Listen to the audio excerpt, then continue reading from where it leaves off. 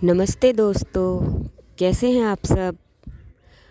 आज की जागरूकता मेरे YouTube चैनल में आप सभी का एक बार फिर से बहुत बहुत स्वागत है।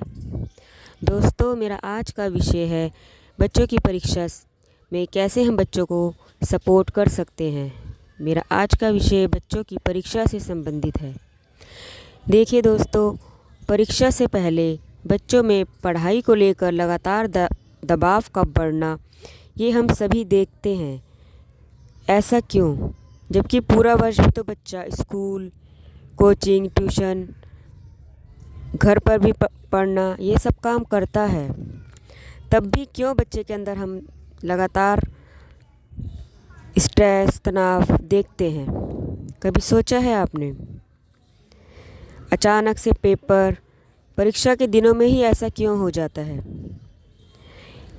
इसी टॉपिक पर, इसी विषय पर मैं आपसे अपने विचार शेयर करूंगी। देखिए दोस्तों, बच्चों में तनाव के कई कारण हो सकते हैं। यहाँ मैं कुछ आपसे साझा कर रही हूँ, जिनमें सबसे पहला है पेरेंट्स का इनडायरेक्ट स्ट्रेस। मतलब पेपर से ज़्यादा बच्चे को माता पिता का दबाव, इस चीज़ से परेशानी होती है, वो इस चीज़ का दबाव महसूस करता है।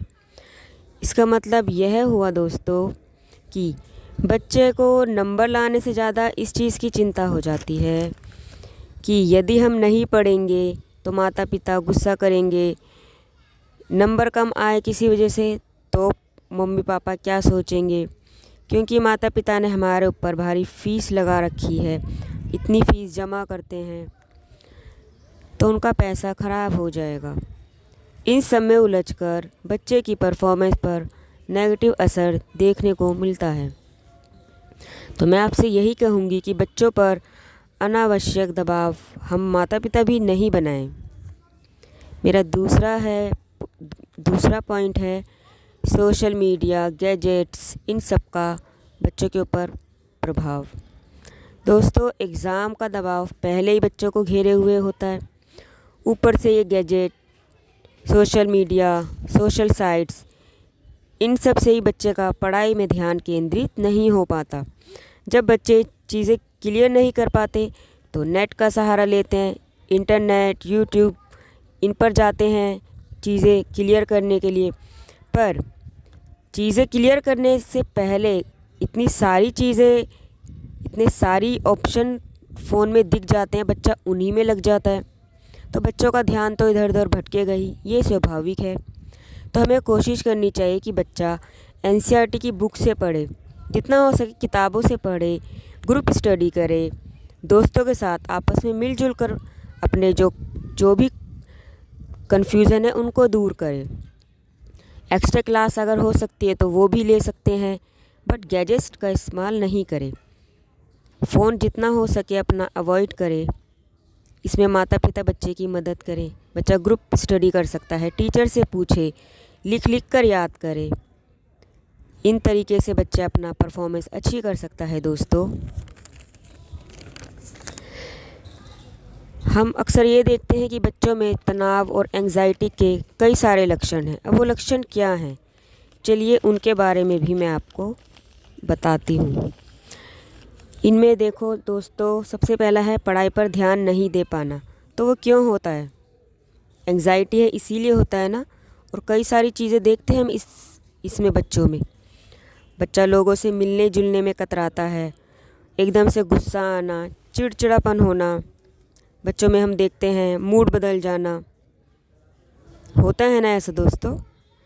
डरना, कुछ सोचते रहना, उदास होना, बेचैनी होना, बच्चे को नींद नहीं आना, बहुत ज़्यादा खाना खाना या भूख का कम हो जाना, देर रात तक सोते रहना या दिन में भी देर से सोते रहना, देर तक सोते रहना। इन सभी समस्याओं से बच्चा जूझता है, इन्हें झेलता है, क्योंकि बच्चे में एंजाइटी हो गई है।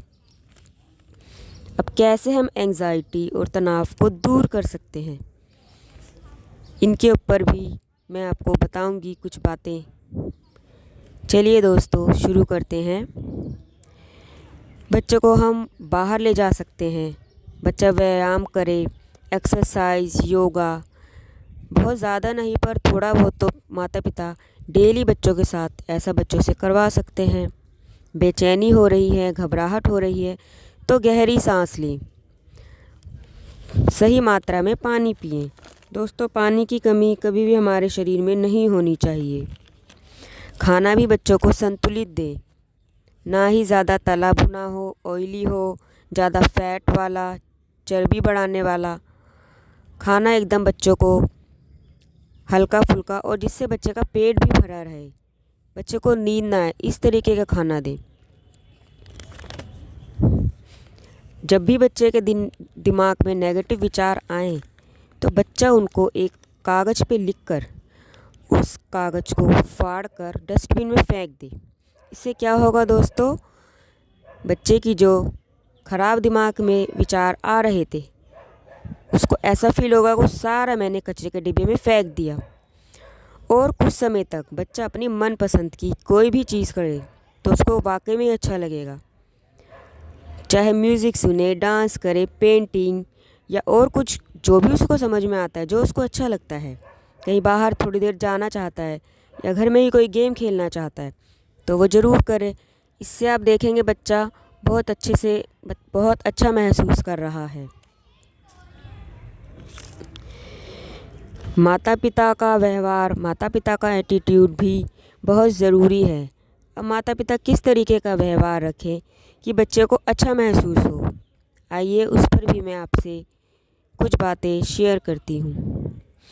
दोस्तों, बच्चों के ऊपर नंबर्स का, मार्क्स लाने का प्रेशर मत बनाइए, हमें नहीं बनाना चाहिए। बच्चों को यही समझाएं कि यदि मार्क्स कम ज़्यादा आते हैं, बहुत कम भी आ रहे हैं, तब भी आपकी ज़िंदगी की सफलता इन नंबरों से ही तय नहीं होगी। आगे भी बहुत मौका आएगा, बहुत आपकी लाइफ में मौके मिलेंगे और हम तो हमेशा आपके साथ हैं। इससे बच्चे को बहुत रिलैक्स मिलेगा। आप देखेंगे बच्चा एकदम रिलैक्स हो जाएगा। पर हाँ, साथ में समझाते भी रहें कि पढ़ाई करनी तो ज़रूरी है, पर बहुत ज़्यादा प्रेशर ना बनाएं दोस्तों। दूसरा पॉइंट है, हर वक्त बच्चे से पूछते ना रहें, पूछताछ ना करें। बच्चा इससे चिड़चिड़ा जाता है।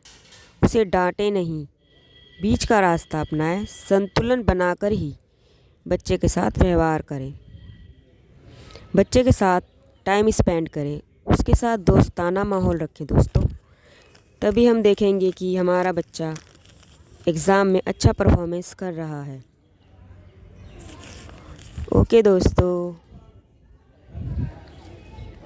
नमस्ते, बाय बाय, धन्यवाद।